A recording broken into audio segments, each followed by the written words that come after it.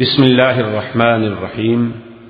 منہج corporation Jeddah برائے production و ڈسٹریبیوشن آپ حضرات کی خدمت میں قصص الانبیاء کا مبارک سلسلہ پیش کرنے کی سعادت حاصل کر رہا ہے۔ اب آپ اس مبارک سلسلے کا 23واں حلقہ سماعت فرمائیں۔ اس میں قرآن نے بھی ایک واقعے کا ذکر کیا ہے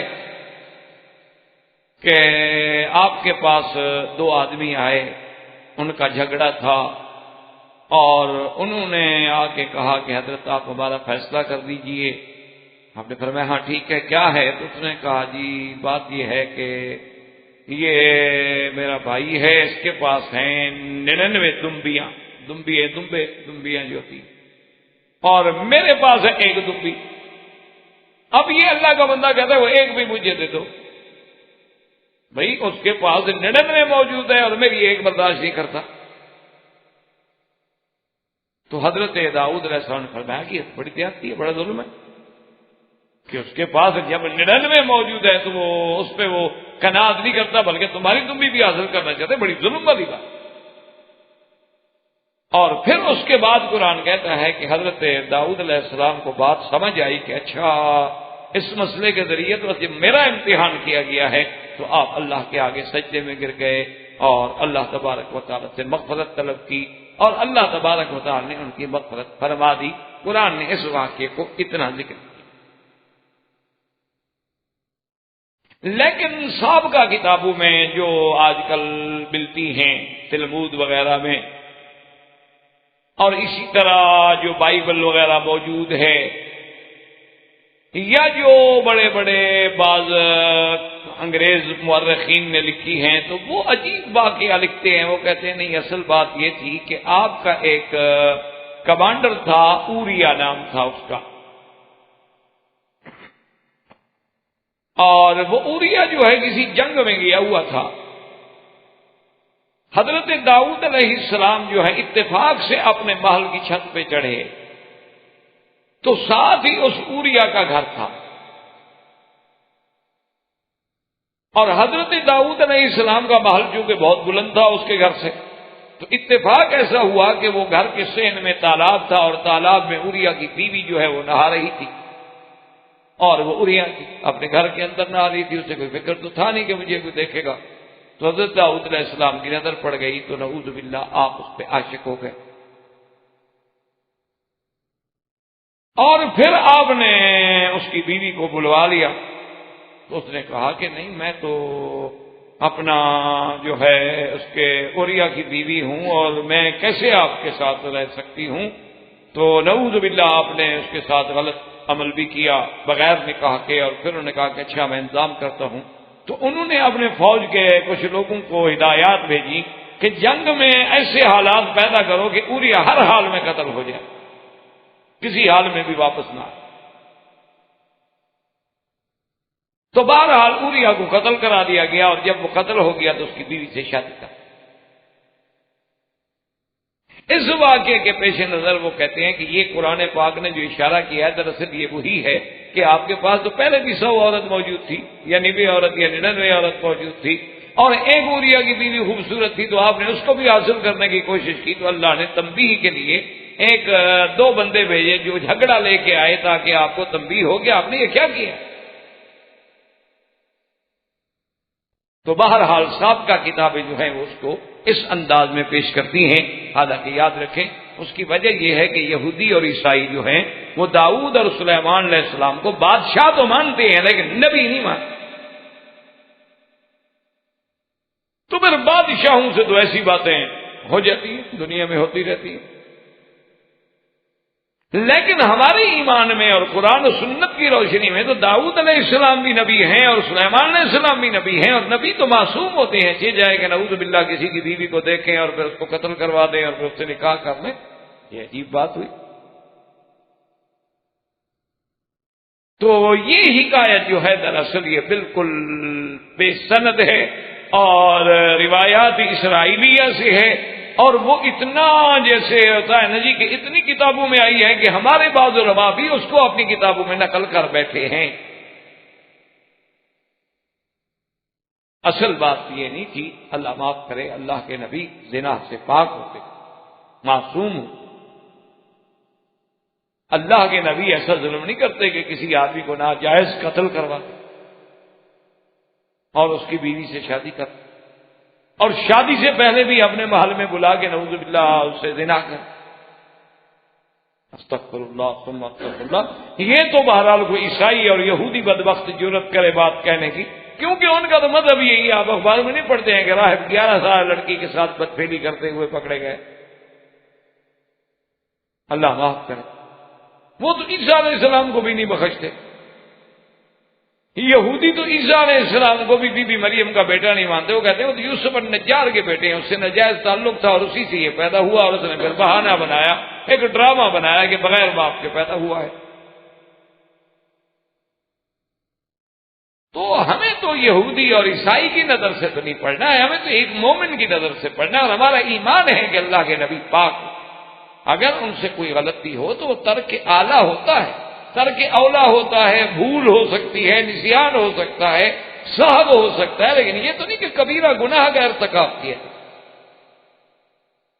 اسی لیے آپ سارے قرآن کا مطالعہ کریں، ظالموں نے یہ تو کہا کہ شاعر ہیں، ساحر ہیں، کاہن ہیں، جادوگر ہیں، نعوذ باللہ جھوٹ بولتے ہیں، لیکن کسی نے کردار پہ انگلی نہیں رکھی کسی پیغمبر کے، کریکٹر پہ اعتراض نہیں کر سکا۔ تو اس لیے اصل بات یہ نہیں تھی، اصل بات یہ تھی کہ حضرت داؤد علیہ السلام کو اللہ نے تنبیہ کی کہ یہ جو کچھ تم کرتے ہو یہ بھی میری توفیق ہے، عبادت کرنے دوں، روزہ رکھنے دوں، بادشاہی کرنے دوں، ذکر کرنے دوں، اگر میں نہ کرنے دوں تو آپ نہیں کر سکتے۔ آپ لا کے اہتمام کر دیں کہ کوئی مجھے نہ چھیڑے، تو جب آپ کا وہ وقت ہوتا تھا تو اس وقت میں کوئی داخل نہیں ہو سکتا تھا، دروازے بند ہوتے تھے، پہرا لگا ہوتا تھا، لیکن فرشتے انسانوں کی شکل میں اندر آ گئے۔ تو دراصل یہ تنبیہ تھی، ایک ویسے قصہ بنا کے فرشتوں نے پیش کی، ورنہ اس کا حضرت داؤد علیہ السلام سے کوئی تعلق نہیں۔ اب حضرت داؤد علیہ السلام کے ساتھ ہوا کہ ہاں میں نے واقعی غلطی کی، یہ تو سب کو جو بھی ہوتا ہے اللہ کی توفیق سے ہوتا ہے، انسان کے بس میں تو کچھ بھی۔ مجھے تو 2 آدمی آ کے ڈسٹرب کر دیا انہوں نے، حتیٰ کہ میں ڈر گیا کہ میرے گھر کیسے آ گیا بغیر اذن کے اور بغیر دروازے کے، بغیر دربان کے۔ تو وہ جو اللہ کے ذکر سے غفلت تھی، اور اپنے ذہن میں انہوں نے خدمت خلق کو اور لوگوں کے حقوق کے فیصلوں کو اہمیت نہ دی بلکہ عبادت کو اہمیت دی، تو اس پہ تنبیہ ہو گئی کہ اصل عبادت یہ ہے کہ میرے بندوں کی خدمت کرو۔ یہ نفلی عبادت ایک نفلی عبادت ہے، لیکن میری مخلوق کی خدمت کرنا جو ہے وہ تو بہت بڑی بات۔ اس لیے یاد رکھیں، کیونکہ اگر خدا نہ کرے، خدا نہ کرے، خدا نہ کرے زنا جیسی بات ہو تو اس کے بعد فوراً قرآن یہ تو نہ کہنا کہ یا داؤد انا جعلناک خلیفۃ فی الارض فاحکم بین الناس بالحق، کہ ہم نے آپ کو حاکم بنایا ہے، خلیفہ بنایا ہے، لوگوں کے درمیان میں فیصلے کریں۔ اصل مقصد یہ تھا کہ آپ نے جو اوقات عبادت کے لیے رکھ دیے اور اللہ کی مخلوق کا اس وقت آپ فیصلہ نہیں کرتے، ان کی فریاد نہیں سنتے، اس کا مطلب ہے کہ عبادت آپ کے نزدیک خدمت خلق سے مقدم ہو گئی۔ یہ غفلت تھی جس پر امتحان لیا۔ اور پھر جو غلطی ہوتی ہے پیغمبر کی، جیسے کہ اللہ نے خود فرمایا کہ آدم علیہ السلام سے بھول ہو گئی، لیکن آدم علیہ السلام تو کہتے ہیں ربنا ظلمنا انفسنا، ہم نے ظلم کیا۔ کیوں؟ جتنا شان بڑی ہو وہ چھوٹی غلطی کو بھی بڑا سکتا۔ تو بہرحال اس کے بعد سیدنا داؤد علیہ السلام کا مقام جو ہے، عظمت جو ہے، اللہ نے ان کو یعنی نبوت بھی دی اور شاہی بھی دی اور آپ کو معجزات بھی دیے، اور آپ کو سب سے بڑی عظیم نعمت ایک عظیم بیٹا دیا حضرت سلیمان نے۔ اور حضرت سلیمان علیہ السلام جو ہے ماشاءاللہ، یعنی آپ دیکھیں کہ داؤد علیہ السلام کا بھی تقریباً 14 مقامات، 4 مقامات پر تو نام کے ساتھ ذکر کیا گیا ہے، اور حضرت سلیمان علیہ السلام کا تو قرآن میں 16 مقامات پر،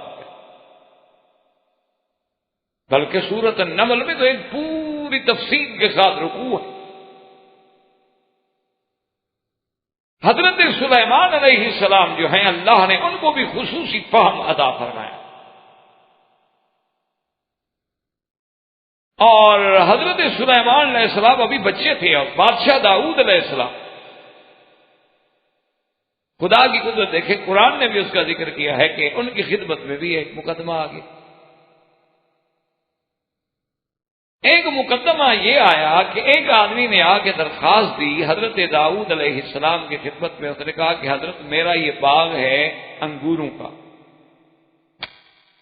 اور یہ آدمی جو ہے شریف آدمی، یہ اپنی بکریوں کو اس نے غفلت کے ساتھ میرے باغ میں چھوڑ دیا، اور وہ سارا انگوروں کا باغ جو تھا انہوں نے تباہ و برباد کر، کچھ کھا گئی کچھ انہوں نے اجاڑ دی، اور میرا تو اس کے سوا کوئی گزر اوقات کا ذریعہ نہیں ہے، آپ مہربانی کریں فیصلہ فرمائیں۔ تو حضرت داؤد علیہ السلام نے مدعا علیہ سے پوچھا بھی واقعہ کیا ہے؟ اس نے کہا جی بات واقعی اس کا باغ ہے، لیکن میری بکریوں کا ریوڑ بہت بڑا ہے، جانور ہیں وہ بھاگ گئے اور میں نہیں سنبھال سکا، اور انہوں نے جا کے اس کو باغ کو نقصان پہنچایا ہے۔ تو حضرت داؤد علیہ السلام نے جب دیکھا کہ یہ معترف ہے، مدعا علیہ اعتراف کرتا ہے کہ واقعی میں نے نقصان پہنچایا ہے، تو انہوں نے کہا اچھا ایسا کرو، باغ کی کتنا قیمت ہے؟ انہوں نے کہا 10,000۔ مثلاً یہ میں مثال دے رہا ہوں۔ تو آپ نے فرمایا اچھا بھی اس کے مال کی قیمت کرو، جس 10,000 کا بکریاں جو ہے نا علیحدہ کرو، وہ 10,000 کی بکریاں علیحدہ کر۔ انہوں نے کہا چونکہ تو نے 10,000 کا نقصان کیا، یہ بکریاں اٹھتی۔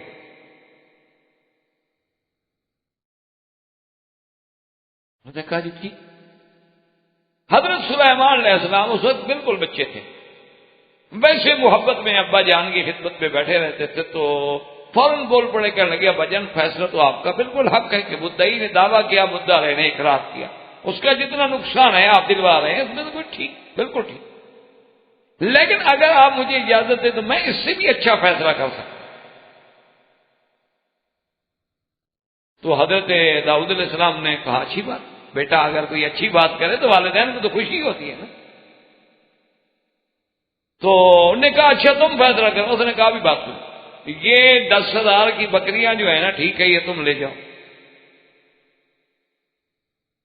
اور ان کا دودھ پیو، فائدہ اٹھاؤ، اور اس سے کہا دیکھو بات سنو، یہ جتنا باغ تم نے اجاڑا ہے نا دوبارہ لگاؤ انگور کی، پہلے دوبارہ کاشت کرو، جب یہ پھل تیار ہو جائے جیسے تیار تھا تو تم اپنی بکریاں لے جانا اور باغ اس کے حوالے کر دو، تو تاکہ نقصان بھی کسی کا نہ ہو، بکریاں پھر بکری والے کو مل جائیں گی، باغ پھر باغ والوں کو مل جائے گا، اتنے عرصے میں وہ بکریوں سے فائدہ اٹھائے گا، وہ محنت کرے گا، اس کو سزا بھی مل گئی۔ تو حضرت داؤد علیہ السلام بہت خوش، فرمایا کہ اچھا، اس لیے قرآن کہتے ہیں فَفَهَمْنَاهَا سلیمان، ہم نے سلیمان کو خصوصی فہم کہ اللہ نے ان کو ایسا قوت فیصلہ عطا۔ اور اسی طرح ایک فیصلہ جو ہے وہ بھی صحیح روایات میں موجود ہے کہ 2 عورتیں سفر میں تھیں، اور اتفاق کی بات یہ تھی کہ دونوں کے ہاں ولادت انہی دنوں میں ہوئی تھی۔ جیسے آپ دیکھتے ہیں نا جی، ایک دن میں 3 4 5 5 10 ولادتیں اکٹھی ہو جاتی ہیں ہاسپٹل میں۔ تو دونوں عورتوں کی ولادت جب ہوئی تو دونوں کے بچے سمجھے ہم عمر تھے، مثلا 5 دن کا ہے وہ بھی 5 دن کا ہے، وہ 10 دن کا ہے وہ بھی 10 دن کا ہے۔ رات کو جنگل کے سفر میں ایک عورت کا بچہ جو تھا نا چھوٹا، وہ ساتھ سویا ہوا تھا، ایک بھیڑیا آیا اور بچے کو اٹھا کے لے۔ اب وہ ماں جو تھی نا جب اٹھی تو اس نے دیکھا وہاں جانور کے نشان بھی ہیں اور بیٹا بھی غائب ہے، وہ سمجھ گئی کہ جانور اٹھا کے لے گیا ہے، تو اس نے شور مچا دیا، اس نے کہا کہ میرا بیٹا ایسا عورت نے اٹھا لیا، کیونکہ اس کے بعد بھی تو بیٹا تھا بیچاری کے۔ اب یہ مدعی بن گئی، انہوں نے کہا نہیں ہے تو میرا بیٹا ہے، انہوں نے کہا نہیں، اس کا بیٹے کو تو بگیاڑ اٹھا کے لے گئے تو میرا بیٹا ہے۔ اب چھوٹا بچہ ہو اور ہو بھی 5 دن کا، تو اتنی جلدی تو فیصلے نہیں ہو سکتے نا کہ اس کے نین نقش ملا لیے جائیں کہ کس کے ساتھ ملتے ہیں اور کس کے ساتھ نہیں ملتے، یا اس زمانے میں ابھی اتنی میڈیکل نے ترقی نہیں کی ہوگی کہ ٹیسٹ کر لیں۔ تو بہرحال ایک بڑا جھگڑا ہوا اور بڑا فتنہ ہوا، اور دونوں طرف سے قبائل کھڑے ہو گئے، اور کیونکہ حضرت داؤد علیہ السلام کی خدمت میں داؤد علیہ السلام نے دونوں عورتوں کی باتیں سنی، دلائل سنے، ان کے حالات کو غور سے دیکھا، تو انہوں نے وہ جو دو عورتوں میں سے ایک بڑی عورت تھی نا، حالانکہ وہ ناحق تھی، اس کا بیٹا نہیں تھا، لیکن وہ زبان میں اتنا تیز تھی اور دلائل دینے میں اتنی ماہر تھی کہ حضرت داؤد بھی متاثر ہو گئے۔ اسی لیے حضور پاک نے فرما دیا تھا کہ خبردار، بعض اوقات تمہارے لوگ جو ہوتے ہیں الحن من بعض، ایک دوسرے سے زیادہ ذہین ہوتے ہیں، فتین ہوتے ہیں، بولنے میں زیادہ قوی ہوتے ہیں، اگر وہ اپنی چرب زبانی میں آ کر مجھ سے غلط فیصلہ کروا لے اور میں فیصلہ بھی کر لوں، لیکن اللہ کے ہاں تو پکڑے جاؤ گے، تو ایسا ہو جائے۔ آپ کبھی کبھی دیکھیں نا، یہ جی پیشہ ور لوگ جو ہوتے ہیں جناب، اللہ تبارک و تعالیٰ رحمت فرمائے، وہ ہمارے علاقے میں آدمی تھا، وہ پیسے لے کے جھوٹی گواہیاں دیتا، تو اس سے بہرحال ایک آدمی نے طے کر لیا کہ جی میں اس نے کہا گواہی دو، میں گواہی دوں گا، میں 1000 روپے لوں گا، ٹھیک ہے، لیکن اب چونکہ وہ آدمی تو جھوٹا تھا نا، جو بندہ باقاعدہ پیشہ ور جھوٹا گواہ ہو، پولیس کا ٹاؤٹ ہو اور لوگوں کے فرضی گواہیاں دیتا ہو، اس پر بھی تو اعتبار مشکل ہوتا ہے، تو اس لیے اس نے کہا کہ دیکھو بات سنو، تم ہو ناقابل اعتبار، تم گواہی دو گے، میں 1000 روپے جو ہے نا ساتھ رہے تو اکٹھے کھڑے ہو جائے گے، چونکہ عدالت میں جب گواہی ختم کرو گے تو میں تمہیں پکڑوا دوں، پہلے میں نہیں دوں، یا بعد میں آ کے لے لو یا اندر ہی مجھ سے لے، پہلے نہیں۔ اس نے کہا ٹھیک ہے، گواہی کے بعد تو دو گے، گواہی کے بعد کیوں نہیں دوں؟ تو بہرحال اندر جا کے جب اس نے گواہی دی تو پوری جیسے اس نے سکھائی تھی پیسے لینے تھے، پوری گواہی دے دی، اور اس کے بعد ہاتھ یوں کیے کہ بھی مجھے وہ 1000 روپیہ ملے۔ اب اس نے سوچا گواہی تو ہو چکی ہے، اس بدبخت کو 1000 روپے دینے کی کیا ضرورت، اب گواہی تو اس نے دے دی، جو ہونا تھا وہ ہو گیا۔ اب اس نے جناب ہاتھ کیا، اس نے کہہ دیا کہ نہیں ہے پیسے۔ تو اب وہ جج صاحب جو لکھ رہے تھے تو اس کے فوراً بعد جو جج نے دیکھا، اس نے کہا کہ جی آپ کی کوئی بات رہ گئی ہے؟ اس نے کہا حضرت جتنا اس نے مجھے سکھایا تھا وہ تو میں نے کہہ دیا۔ تو ایک لفظ میں ساری گواہی اڑ سکا، سکھایا کیا؟ انہوں نے جھوٹ ہی کہہ رہا تھا، یہ مجھے سکھا کے لے آئے تھے۔ تو اس لیے بعض لوگ جو ہوتے ہیں نا وہ الحن من بعض ہوتے ہیں، تو وہ عورت بھی کچھ اس طرح ترار تھی اور تیز تھی کہ حضرت داؤد اس کے حق میں فیصلہ کر دیا۔ حضرت داؤد علیہ السلام کے فاصلے کے بعد بعض روایات بھی ہے کہ حضرت سلیمان وہی موجود تھے، بعد میں ہے کہ باہر کھیل رہے تھے، دیکھا کہ عورتیں جا رہی ہیں، لوگ بھی جا رہے ہیں، کچھ رو رہے ہیں، کچھ ہنس رہے ہیں، پوچھا کیا بات ہے؟ انہوں نے کہا ایسے فیصلہ تھا۔ انہوں نے کہا کہ بلاؤ ان کو، میں فیصلہ کرتا ہوں۔ وہ آ گئے، انہوں نے کہا کیا بات؟ انہوں نے کہا جی بیٹا ہے، سفر میں تھے، ایک بچے کو بھیڑیا اٹھا کے لے گیا، وہ اس کا بچہ تھا، یہ خام خواہ میرے گلے پڑ گئی، میرا بچہ اٹھا لیا۔ تو اچھا ہے کہ حضرت داؤد علیہ السلام نے میری بات سن لی اور میرے دلائل قویہ کو دیکھ کے میرے حق میں فیصلہ کر دیا کہ میرا بیٹا۔ اچھا ٹھیک، اس سے پوچھا، اس نے کہا جی بچہ تو میرا ہے، میں کیا کروں، میں اپنا مقدمہ نہیں لڑ سکتا۔ تو حضرت داؤد علیہ السلام نے، حضرت سلیمان علیہ السلام نے فرمایا کہ اچھا اس کا ہم فیصلہ کرتے ہیں۔ فرمایا ابھی جلاد کو بلاؤ، اور کہا کہ بچے کو یہاں درمیان میں لٹا، اور دونوں عورتیں ادھر بیٹھ جاؤ، جلاد آ گیا۔ آپ نے فرمایا ابھی دیکھو نشان لگا لو بچے کو، این درمیان میں رکھ کے اس کو تلوار کے ساتھ کاٹ دو، آدھا اس کو دے دو اور آدھا اس کو دو۔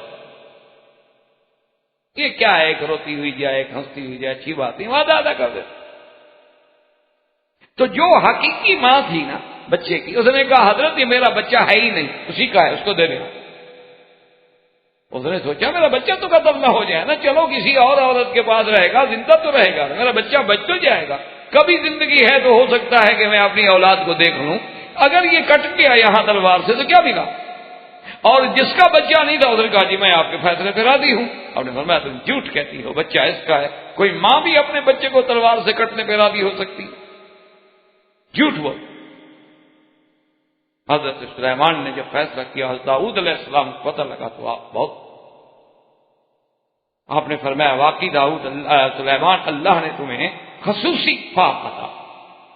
حضرت داؤد علیہ السلام کی وفات کے بعد حضرت سلیمان علیہ السلام کو اللہ تبارک و تعالی نے تخت سے بھی نوازا اور نعمتوں پہ بھی نوازا، جس کو اللہ نے قرآن میں بھی ذکر کیا، وَلَقَدْ آتَيْنَا دَاؤُودَ وَسُلَيْمَانَ عِلْمًا۔ وقال الحمد لله الذي فضلنا على كثير من عباده المؤمنين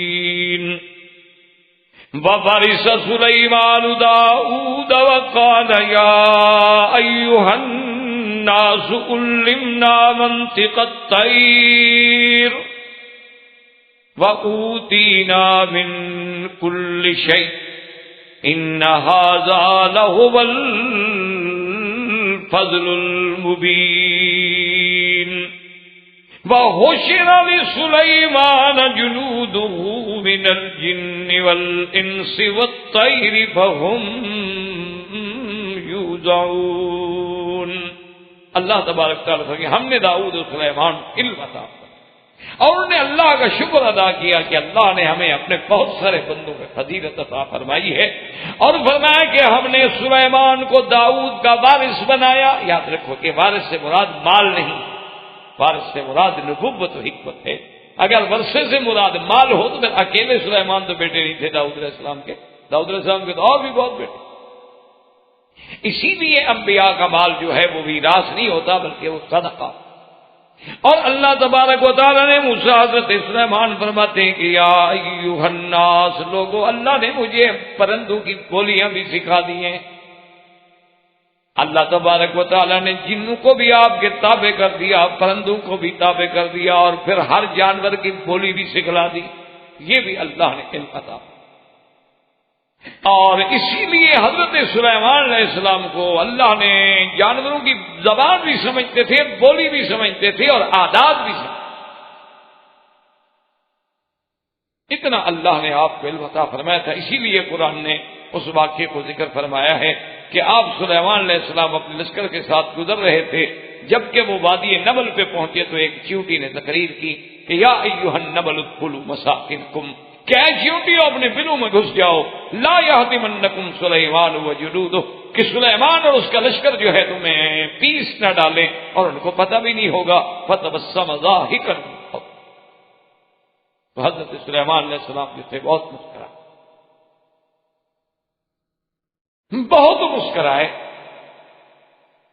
اور اس کے بعد انہوں نے اللہ سے دعا کی کہ میرا مولا رب اوزعنی ان اشکر نعمتک التی انعمت علی وعلی والدی، میرا اللہ مجھے شکر کی توفیق عطا فرمائے. یہ بھی تو تیرا کمال اور کرم ہے کہ میں ایک چیونٹی بولتی ہے تو بات سمجھ رہا.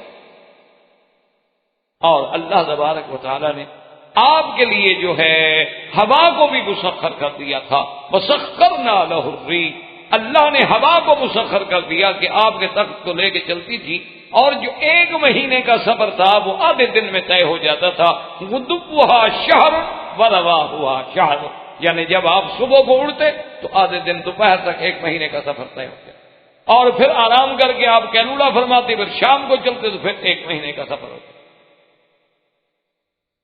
یہ حضرت سلیمان علیہ السلام کے مقامات عالیہ کا. اور جنوں جیسی سخت ترین قوم جو ہے وہ بھی آپ کے تابع. اور جو تخت سلیمان علیہ السلام تھا، ان کی جہاں آپ کرسی میں جب تشریف فرما ہوتے تو آپ کے پیروں کے نیچے جو تھے نا 2 شیر تھے، اور آپ کے سر کے اوپر جو تھے وہ عقاب کھڑے رہتے تھے سایہ کر. کیونکہ ایسی سلطنت تو دنیا میں کسی کو ملی ہی نہیں جو حضرت سلیمان علیہ السلام کو. اور اتنے بڑے اعزاز و اکرام کے بعد پتہ ہے سلیمان علیہ السلام روٹی جو ہے ٹوکریاں بنا کے کھاتے. وہ ٹوکریاں بناتے تھے، وہ بیچ کے روٹی کھاتے. اتنی بڑی عظیم سلطنتوں کا مالک. اور یہ اسی زمانے میں واقعہ جو اللہ کے قرآن میں بھی بڑا عظیم واقعہ موجود ہے کہ ایک دن آپ نے پوچھا کہ مالی علی الہدہد، کیا وجہ ہے کہ ہدہد پرندہ نظر نہیں آ رہا؟ من الغائبین کہاں گئے تھے؟ اچھا، خدا کی قدرت دیکھو کہ اللہ نے یہ علم ہدہد کو دیا تھا کہ وہ زمین میں چونچ مار کے اندازہ کر لیتا تھا کہ یہاں پانی ہے کہ نہیں ہے، اور ہے تو کتنا نیچے ہے. اور یہ علم اللہ نے سلیمان علیہ السلام کو نہیں دیا. تو جب کہیں لشکر پڑاؤ کرتا تو وہاں کنویں کھودنے پڑتے تھے پانی عارضی انتظام کرنے کے لیے. تو حکم دیا جاتا ہدہد کو کہ جاؤ بھائی پورے علاقے میں پانی تلاش کرو. وہ جناب ادھر جا رہا ہے، ادھر جا رہا ہے، ادھر جا رہا ہے. ہاں جی یہاں. انہوں نے کہا ٹھیک ہے کھود دے. اب لشکر اترا ہوا ہے، ہدہد ہے نہیں. آپ نے فرمایا اچھا ہدہد غائب ہو گیا. لَأُعَذِّبَنَّهُ عَذَابًا شَدِيدًا أَوْ لَأَذْبَحَنَّهُ، یا بالکل میں اسے ذبح کروں، ہاں، أَوْ لَيَأْتِيَنِّي بِسُلْطَانٍ مُبِينٍ، یا کوئی کھلا ہوا اپنی معذوری کا عذر لے کے آئے۔ تو تھوڑی دیر گزری، جب ہدہد آیا تو حضرت اب جلال میں تھے، اس نے کہا حضرت ناراض نہ ہوں، انی احطت بما لم تحط بہ، میں ایک ایسی خبر لایا ہوں جس کا آپ کو پتہ نہیں، میں تو ملک سبا سے آ رہا ہوں، اور ملک سبا میں تو حیران ہو گیا، میں نے دیکھا انی وجدت امراۃ تملکہم، ان کی تو بادشاہ عورت ہے۔ یہ سبا جو ہے اصل میں یاد رکھیں یہ قوم تھی ساحل بحر احمر پہ جنوب کی طرف، یمن کی طرف یہ قوم تھی، اور تجارت پیشہ، اور یہ علاقے جو ہیں اس وقت جن کی حکومت تھی، اور یہ صنعا جو ہے یمن جو ہے اس کے ایک مقابل پہ ہندوستان تھا اور دوسرے مقابل پہ حبش اور مصر تھا، یعنی اگر آپ اس کے نقشے کو دیکھیں تو ایک طرف آپ کو ہندوستان لگے گا اور دوسری طرف آپ کو حبش اور مصر لگے گا، اور یہی ہندوستان سے مال جو ہے یہاں پہنچتا تھا، اور پھر یہیں سے وہ امام مبین جو سڑک عظیم تھی وہ شام اور سارے یورپ کو سپلائی ہوتی تھی، اصل مال کا مرکز اصلی جو تھا وہ یہی سدے، یہی معارف تھا، اور یہی وہ مقام تھا، یہ مرکزی مقام تھا تجارت کا۔ اسی لیے قریش بھی 2 دفعہ سال میں، ایک دفعہ یمن جاتے تھے اور ایک دفعہ شام جاتے۔ بعد میں جب ایسے حالات پیدا ہوئے، خدا کی قدرت ہے، تو پھر انہوں نے آ کے مصر جو تھا وہ مرکزیت اختیار کر گیا سویز کی وجہ سے، اور یہ رہ گیا، ان کا پھر وہ مقام نہ رہا جو ابتدا میں، اور تو کوئی ذریعہ نہیں تھا ابتدا میں یورپ کے لیے اتصال کا۔ تو ان کی جو ملکہ تھی، ملکہ اس کا نام قرآن میں تو نہیں آتا، بس آتا امراۃ تملکہم، لیکن سابقہ کتابوں میں کوئی کہتے ہیں کہ اس کا نام بلقیس تھا۔ تو اس نے کہا کہ میں نے دیکھا ہے کہ ایک ملکہ ہے، اور یہ بھی میں نے دیکھا ہے سلیمان علیہ السلام کہ وہ سورج کے پجاری ہیں، اور اس کے پاس بہت بڑا تخت ہے، فوج ہے، حکومت ہے، سلطنت ہے۔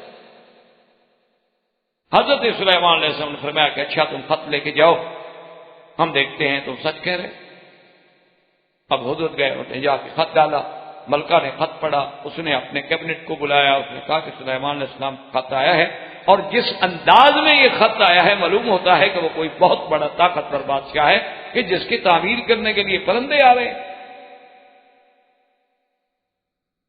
تو مشورہ دے، انہوں نے کہا جی مشورہ کی بات تو یہ ہے کہ ہمارے پاس قوت ہے، طاقت ہے، فوج ہے، ہم لڑ سکتے ہیں، لیکن جو آپ چاہیں۔ انہوں نے کہا اچھا ایسا کرتے ہیں کہ ہم پہلے ہدیہ بیچتے ہیں سلیمان علیہ السلام، ہم دیکھتے ہیں کہ اگر وہ بادشاہ ہمارا ہدیہ قبول کر لیتا ہے تو اس کا مطلب ہے کہ پھر مذاکرات کے لیے کوئی بات ہو سکتی۔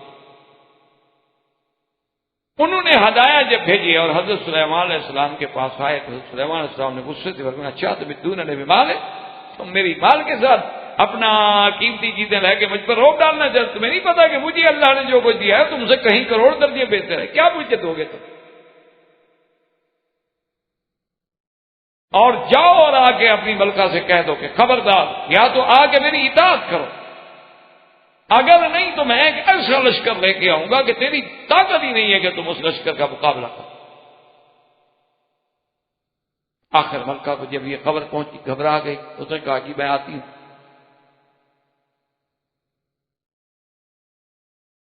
اسی لیے اللہ کی حکمت ہے نا، اللہ فرماتے ہیں کہ عورت سربراہ نہیں بن سکتی، اور بعض لوگ ہم مولوی پہ ناراض ہوتے ہیں، کہتے ہیں دیکھو جی قرآن میں تو ہے کہ عورت بادشاہ تھی، یہ نہیں پوچھتے کہ وہ کافر تھی یا مسلمان۔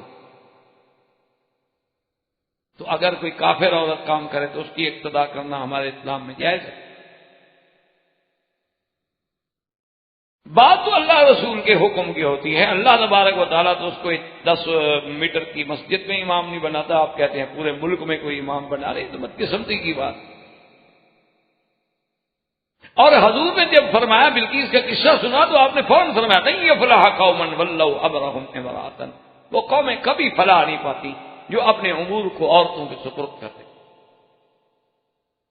اسی طرح حضور نے فرمایا تھا کہ علامات قیامت میں ہے امورکم الی نسائکم، کہ جب تمہارے معاملات عورتوں کے ہاتھ میں آ جائیں اور تم پکے زن مرید بن جاؤ تو فرمایا فبطن الارض خیر من ظہرها، پھر بہتر ہے کہ آدمی مر جائے، اس بے غیرت کی زندگی سے گزارنے سے تو بہتر ہے کہ مر جائے، زمین کے اوپر چلنے کی کیا ضرورت ہے، اس سے پیٹ میں چلا جائے۔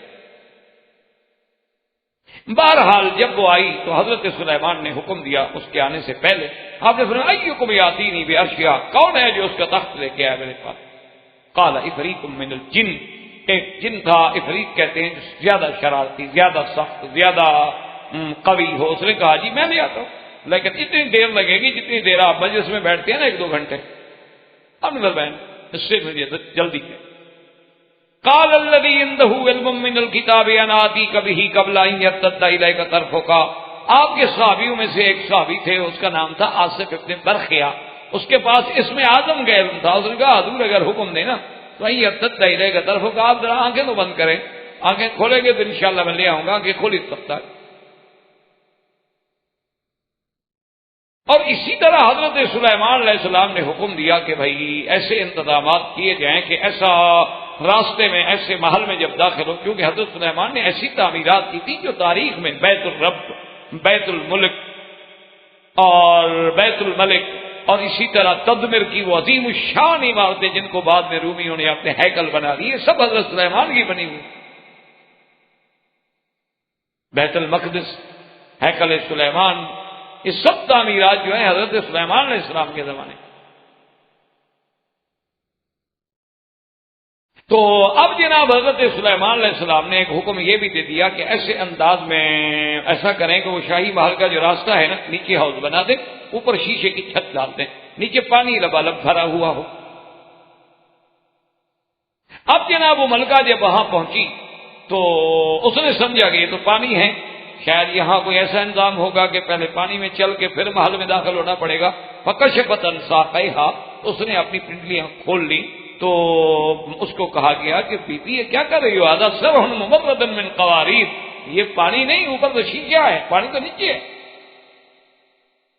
قالت رب انی ظلمت نفسی، اس نے توبہ کی اور اس کے بعد اسلام لے آئی۔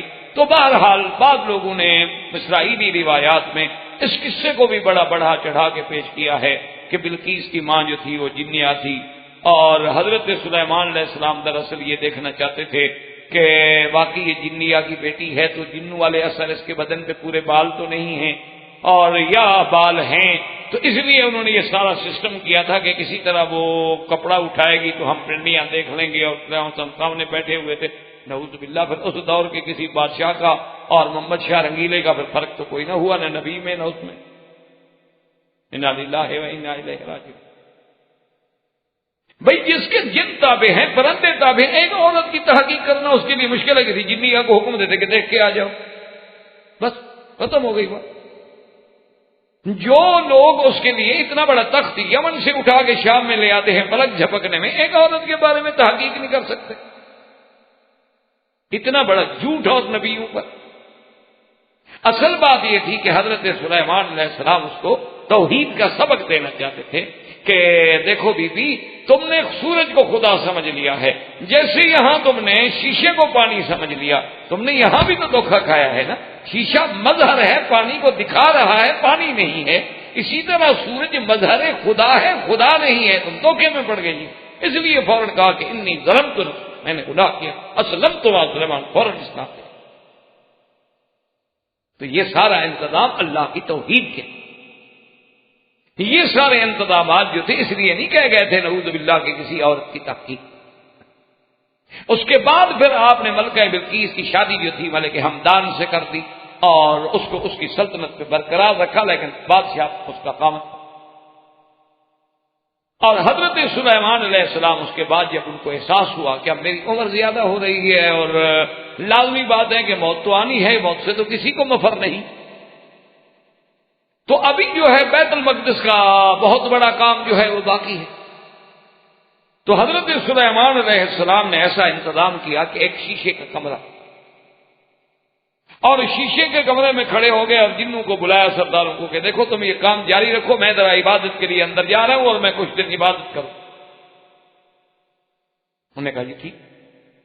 وہ اپنے اپنے کام میں لگ گئے، حضرت سلیمان علیہ السلام عبادت کے لیے مشغول ہو گئے، اور اسی عبادت میں آپ ایک لکڑی کو سہارا بنا کے کھڑے ہو گئے، اور اللہ تبارک و تعالی نے حکم دیا فرشتے کو کہ اسی طرح کھڑے کھڑے میرے سلیمان کا روح قبض کر۔ روح قبض ہو گیا لیکن سلیمان کھڑے۔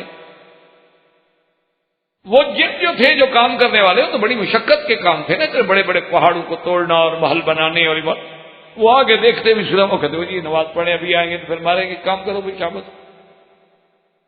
وہ جناب کام میں لگے رہے، اور اتفاق ایسا ہوا کہ جب عمارتیں مکمل ہو گئی اور اللہ نے بھی اپنا فیصلہ دکھلانا تھا کہ ابھی کوئی جنوں کو علم غیب نہیں ہوتا۔ یہ لوگ کہتے ہیں نہیں میرے جن تابع ہیں، غیب کی خبریں لے آتے ہیں، تو ان کو تو اپنا پتہ نہیں ہوتا تمہارے غیب کی خبریں کہاں سے لے آئے۔ تو اب جناب یہ ہوا کہ اللہ نے حکم دیا دیمک کو کہ جناب پہنچو اور سلیمان علیہ السلام کی لکڑی کو ذرا نیچے سے کھانا شروع کرو۔ اثر تھا نا لکڑی کا، نیچے سے دیمک لگ گئی۔ اب دیمک نے کھانا شروع کیا تو کمزور ہوتا گیا، کمزور ہوتا گیا۔ جب وہ بالکل کمزور ہوا تو حضرت سلیمان علیہ السلام زمین پہ گرے۔ قرآن کہتا ہے ما دلهم علی موته الا دابۃ الارض تاکل من سأته فلما خر تبینت الجن ان لو كانوا يعلمون الغیب ما لبثوا في العذاب المهین۔ اب جب گرے تو اب جناب جنات کو پتہ لگا ہم تو 100 سال سے پتھر اٹھا رہے ہیں۔ اللہ نے فرمایا ان بدبختوں کو علم غیب ہو تو 100 سال پتھر اٹھاتے رہے، یہ تو پہلے دن بھاگ جاتے کہ جس ہمارے ساتھ بہت ہو گیا، ہمارا کوئی کیا بگاڑ۔ تو اس طرح حضرت سلیمان علیہ السلام کو بھی موت آئی، اور حضرت داؤد علیہ السلام اور سیدنا سلیمان علیہ السلام ان دونوں کو اللہ نے نبوت بھی، شاہی بھی اور بادشاہت بھی عطا فرمائی۔ اور ان کے بعد جب سلیمان علیہ السلام کا دور گزر گیا تو اس کے بعد پھر وہ بخت و نصر آیا جس نے آ کے بیت المقدس پہ تباہی۔ بیت المقدس کی تباہی کے بعد وہاں سے جو بندہ گزرا اس کا ذکر سورۃ البقرہ میں موجود ہے، لیکن قرآن نے نام نہیں لیا۔ لیکن راجع اقوال یہی ہیں اور راجع قول مبارک یہی ہے کہ اس سے مراد حضرت عزیر ہیں۔ او کالذی مر علی قریۃ وہی خاویۃ علی عروشہا، کہ جب انہوں نے آگے دیکھا قریہ بیت المقدس کو کہ بالکل اوندھی پڑی ہے، برباد ہو گئی ہے، تو بہت پریشان ہوئے اور کہا انا یحیی ہذہ اللہ بعد موتہا۔ اب اس تباہی اور بربادی کے بعد اللہ پتہ نہیں اس کو کیسے دوبارہ زندہ کریں گے۔ اللہ نے فرمایا اچھا میری قدرت کے بارے میں بھی آپ کو تردد ہو رہا ہے، چلو ہم آپ کا امتحان لیتے ہیں۔ اللہ فاماتہ اللہ مئۃ عام، اللہ نے حضرت عزیر کو بھی 100 سال کے لیے تلا دیا، موت آ۔ اب حضرت عزیر علیہ السلام 100 سال کے بعد اللہ نے حکم دیا زندہ ہو گئے، زندہ ہو گئے۔ اللہ نے فرمایا فرشتے سے ذرا پوچھو میرے پیغمبر سے کم لبثتا، کتنا عرصہ گزارا ہے جی؟ انہوں نے کہا جی لبثت یوما او بعض یوم، جب میں سویا تھا نا اس وقت سورج اوپر تھا تو ابھی ڈوب رہا ہے، بس آدھا دن سمجھ رہے ہیں، کچھ دن سمجھ رہے ہیں، اتنا ہی سوئے ہو۔ قال بل لبثت مئۃ عام، 100 سال گزر گیا ہے جناب کو۔ فانظر الی طعامک وشرابک لم یتسنہ، دیکھو اپنا پانی، ماکولات، مشروبات ان کو بھی ہم نے خراب نہیں ہونے دیا۔ وانظر الی حمارک، اور اپنے گدھا کو بھی دیکھو، دیکھو ہم اس کو کیسے زندہ کرتے ہیں۔ تم کہتے تھے نا انا یحیی ہذہ اللہ بعد موتہا۔ تو اب جناب ہوا چلی، ہڈیاں کٹھی ہو گئی، ان کے بعد ہڈیوں پہ گوشت چڑھنا شروع ہو گیا۔ 2 منٹ کے بعد گدھا کھڑا ہے، آوازیں لگا رہا ہے۔ تو حضرت نے کہا واقعی میرا اللہ آپ تو ہر چیز پہ قادر ہے، میرا ایمان ہے۔ اب جب آئے بیت المقدس میں تو کیا دیکھتے ہیں کہ جناب وہ تو آپ کی اولاد جو تھی، آپ کا بیٹا جو تھا اس کی عمر 118 سال ہو گئی، کیونکہ اب 100 سال تو بہت ہو گئے تھے، 18 سال کا تھا جب گھر سے نکلے تھے۔ تو ان کو آگے کہا کہ میں عزیر ہوں۔ انہوں نے کہا جی بات کہتے عزیر ہو بھائی، 100 سال کے بعد جو ملے باپ تو کون پہچانے؟ تو بہرحال بیٹے نے کہا کہ اچھا بات یہ ہے کہ میرے ابا کے دونوں کندھوں کے درمیان میں ایک سیاہ داغ تھا، یہ نشانی ہے میرے ابا کی، ہم دیکھتے ہیں، دیکھا تو داغ تو موجود ہے۔ انہوں نے کہا داغ تو ہے۔ اور لوگ آگے، انہوں نے کہا کہ نہیں، حضرت عزیر کی علامت یہ تھی کہ وہ حافظ تورات، تو اگر آپ عزیر ہیں تو پھر ہمیں تورات سنیں۔ تو حضرت عزیر علیہ السلام نے اپنے حافظے کے طور پہ دوبارہ تورات سنائی۔ اور بخت و نصر نے جب تباہی کی تھی، جس کو جان ملر ایک بہت بڑا انگریزی اسکالر ہے، اس نے بڑی کتابیں لکھی ہیں، بڑی تاریخ لکھی ہے، اس نے بھی لکھا ہے کہ جب بخت و نصر نے حملہ کیا تھا، یہاں اس نے قتل عام کیا یہودیوں کا، بنی اسرائیل کا، وہاں اس نے اس تورات کو بھی ختم کر دیا تھا۔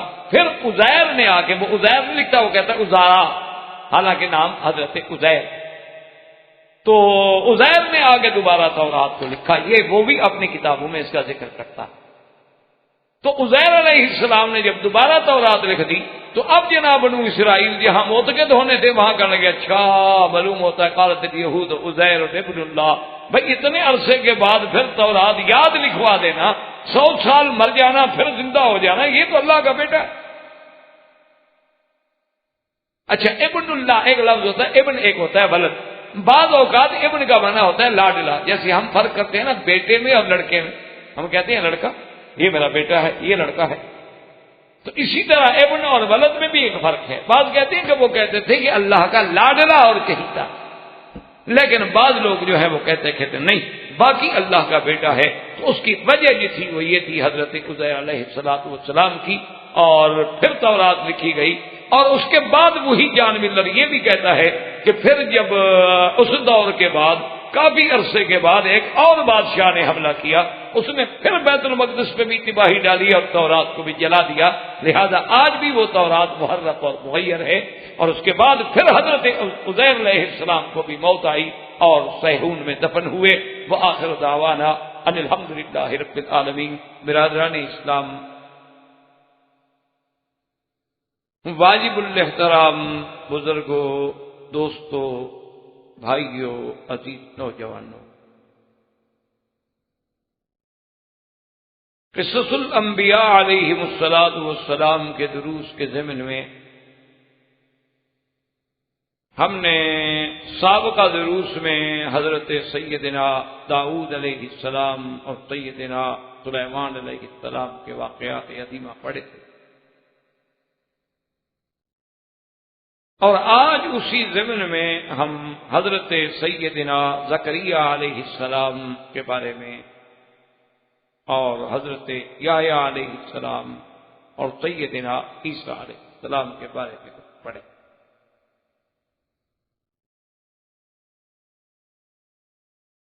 حضرت زکریا علیہ السلام جو ہیں یہ بھی سیدنا داؤد علیہ السلام کی اولاد میں سے، اور حضرت زکریا علیہ السلام کا ذکر جو ہے قرآن پاک میں تقریباً 4 سورتوں میں آپ کا ذکر مبارک ہے، اور آپ اللہ کے بڑے شان والے پیغمبر ہیں، اور آپ کی اہلیہ جو ہیں وہ سلالہ سیدنا ہارون علیہ السلام، اور سیدنا زکریا علیہ السلام جو ہیں یہ بھی ان پیغمبروں میں ہیں جنہوں نے اپنی زندگی جو ہے وہ زہد کے ساتھ گزاری۔ اور ایک صحیح حدیث مبارک میں یہ بھی آتا ہے کہ حضرت زکریا علیہ السلام کان نجارن، یعنی آپ بڑھی کا آپ کام کرتے تھے اور اس سے آپ اپنی روزی حاصل کرتے۔ اصل میں اگر ہم انبیاء علیہ السلام کے قصص مبارک میں اس بات پہ توجہ کریں کہ اللہ نے ہر نبی کو کوئی نہ کوئی عمل عطا فرمایا، یعنی آپ دیکھیں کہ نوح علیہ السلام کو اللہ نے، سیدنا نوح علیہ السلام کو اللہ تبارک و تعالی نے کشتی بنانے کا کام سکھایا، یعنی درخان بڑھی کا کام سکھایا گیا، اور حضرت نوح علیہ السلام نے کشتی بنائی۔ اسی طرح حضرت زکریا علیہ السلام جو ہے کان نجار، اور حضرت داؤد علیہ السلام کو اللہ نے زرہ بنانے کا، اور آپ کے ہاتھوں میں لوہے کو وَلَنَّا لَهُ الْحَدِيدَ أَنِ اعْمَلْ سَابِغَاتٍ وَقَدِّرْ فِي السَّرْدِ۔ اور میرے آقا سرکار دو عالم صلی اللہ علیہ وسلم نے یہ بھی ارشاد فرمایا ہے کہ میں نے بھی مکے والوں کی بکریاں چرائیں، اور تقریباً ہر انبیاء علیہ السلام اپنے اپنے دور میں وہ بھی ان کو بھی ایسے حالات تھے۔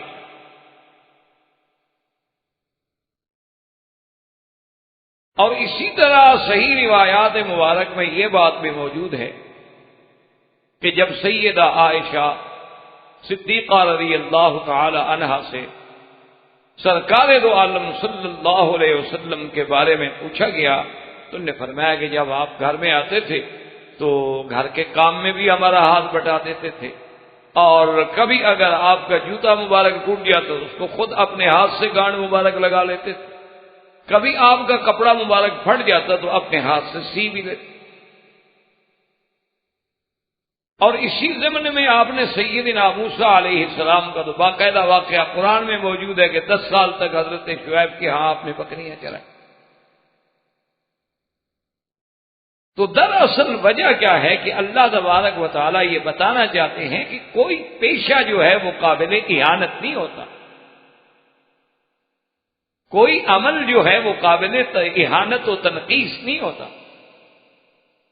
یہ تو بعد میں کفار نے زمانہ جاہلیت میں بھی، اور ہمارے انڈو پاک پر تو انگریز کی لعنت جب مسلط ہوئی تو انہوں نے یہ طبقات پیدا کیے کہ یہ جو پیشے ہیں، مثلا کوئی درخان ہے یا کوئی موچی ہے یا کوئی بڑھئی کا کام کرتا ہے یا کوئی کپڑا بنائی کا کام کرتا ہے، تو نے کہا یہ بڑے حقیر ترین پیشے ہیں اور ان کو بڑا حقیر سمجھا گیا۔ اس کے وجوہات یہ تھے کہ وہ ایک امیر اور غریب کے درمیان میں ایک امتیاز رکھنا چاہتے تھے، حاکم اور محکوم کے درمیان میں، ذمہ دار اور اس کے ہاری کے درمیان میں، اسی طرح وڈیرے اور چودھری اور اس کے ماتحت علاقوں میں، تاکہ وہ لوگ غلاموں کی طرح ان کے سامنے رہیں اور انہیں کبھی یہ جرت نہ ہو اور وہ فطری طور پہ یہ سمجھیں اپنے آپ کو کہ ہم تو بڑے حقیر پیشے کے۔ ورنہ ہمیشہ یاد رکھیں کہ یہ پیشہ کوئی نہیں، اصل حقیر چیز وہ ہے جو قرآن و سنت کے خلاف ہو۔ ایک آدمی چوری کرتا ہے، ایک آدمی ڈاکہ ڈالتا ہے، ایک آدمی سود کھاتا ہے، ایک آدمی جوا کھیلتا ہے، وہ چیزیں حرام، وہ قابل اہانت ہے، قابل توہین۔ لیکن ایک آدمی مزدوری کرتا ہے، ایک آدمی درزی ہے، ایک آدمی حجام ہے، ایک آدمی سالون پہ کھڑا ہے، اور یہ سارے ہنر جو ہیں اور یہ سارے پیشے جو ہیں اللہ کی حکمتیں ہیں کہ اللہ نے ایک دوسرے کا ہمیں محتاج بنا دیا ہے۔ یعنی جیسے ایک سرمایہ دار کا سرمایہ نہ ہو تب بھی گاڑی نہیں چل سکتی، لیکن بڑے سے بڑا صنعت کار یا سرمایہ دار اور مزدور کی محنت نہ ہو تب بھی گاڑی نہیں چل سکتی۔ اللہ تبارک و تعالیٰ نے آپ کے پاس بڑے سے بڑا قیمتی کپڑا ہو لیکن سینے والا نہ ہو تو آپ کیسے پہنیں؟ آپ کے پاس جناب بڑے سے بڑی صحت و طاقت ہو لیکن جوتے کی بھی تو ضرورت ہے، کوئی جوتا بنانے والا ہوگا تو آپ جوتا خریدیں۔ تو یہ دراصل ہمیشہ یاد رکھنا ہے کہ یہ پیشے، اگر کوئی کام یا پیشہ قابل توہین ہوتا تو اللہ کبھی اپنے انبیاء کو وہ کام نہ کرتے تھے۔ کیوں؟ انبیاء کی شان اتنا بلند ہوتی ہے کہ اللہ تبارک و تعالیٰ ان سے کبھی ایسا کام نہیں لیتے جو قابل اہانت۔ اور بعض مذاہب جو ہیں خیر وہ تو اپنی جاہلیت و عصبیت کی وجہ سے، جیسے ہندوازم ہے، ان کے ہاں اب بھی آپ دیکھ لیں اونچی ذات والے اور چھوٹی ذات والے، ان کے ہاں اب بھی جو اونچی ذات کے لوگ ہیں ان کا بالکل مقام ہی الگ ہے، چھوٹی ذات والے کو تو یہ حق ہی نہیں کہ ان کے سامنے آگے بیٹھ سکے یا ان کے برتن کو ہاتھ لگا۔ یعنی اس دور میں بھی، یعنی دنیا وہاں کتنا آگے چلی گئی، اور وہ ملک جو اپنے کمپیوٹر کی تعلیم پہ اور اس میں جدید اس معلومات کی دنیا میں فخر کرتا ہو کہ میں اتنا آگے بڑھ گیا ہوں کہ بڑے بڑے ملک مجھ سے لوگ کام کرنے والے مانگ رہے ہیں، اس کے عصبیت کا یہ عالم ہو کہ ایک اونچی ذات ہے اور ایک چھوٹی ذات۔ اس لیے بہرحال سیدنا زکریا علیہ السلام کا عمل مبارک یہ تھا، اور اللہ کے نبی تھے، اور ہیکل سلیمان علیہ السلام جو حضرت سلیمان علیہ السلام نے مسجد اقصیٰ کے ساتھ تعمیر فرمایا تھا اور جسے جنات نے تعمیر کیا تھا، اسی کے اندر آپ کا قیام تھا۔ گویا وہ اللہ کے گھر کے اور صخرہ اور مسجد اقصیٰ اور ہیکل سلیمانی کے سب سے بڑے رکھوالے سمجھ لیں، سب سے بڑے ناظر سمجھ لیں، یا ان کو آج کل کے الفاظ میں جیسے کہتے ہیں کہ مجاور تھے، یعنی مستقل اپنے آپ کو وہاں رکھنے والا جو جیوار اختیار کر لے، ہمسائیگی اختیار کر لے، اور ایک قسم کا اپنے آپ کو لازم۔ اور آپ کے زمانے میں آپ کے خاندان میں سے ایک شخص تھے جن کا نام عمران تھا، اور وہ بڑا صالح تھا۔ بہرحال ان کے بارے میں یہ تو ہمیں نہیں ملتا کہ وہ نبی تھے، لیکن وہ ایک مرد صالح۔ ان کی بیوی جو تھی امرأۃ عمران، وہ حاملہ تھیں، اور ان کے خامند حضرت عمران فوت۔ احباب کرام، اس کے بعد اب آپ اس مبارک سلسلے کی CD نمبر 24 سماعت فرمائیں۔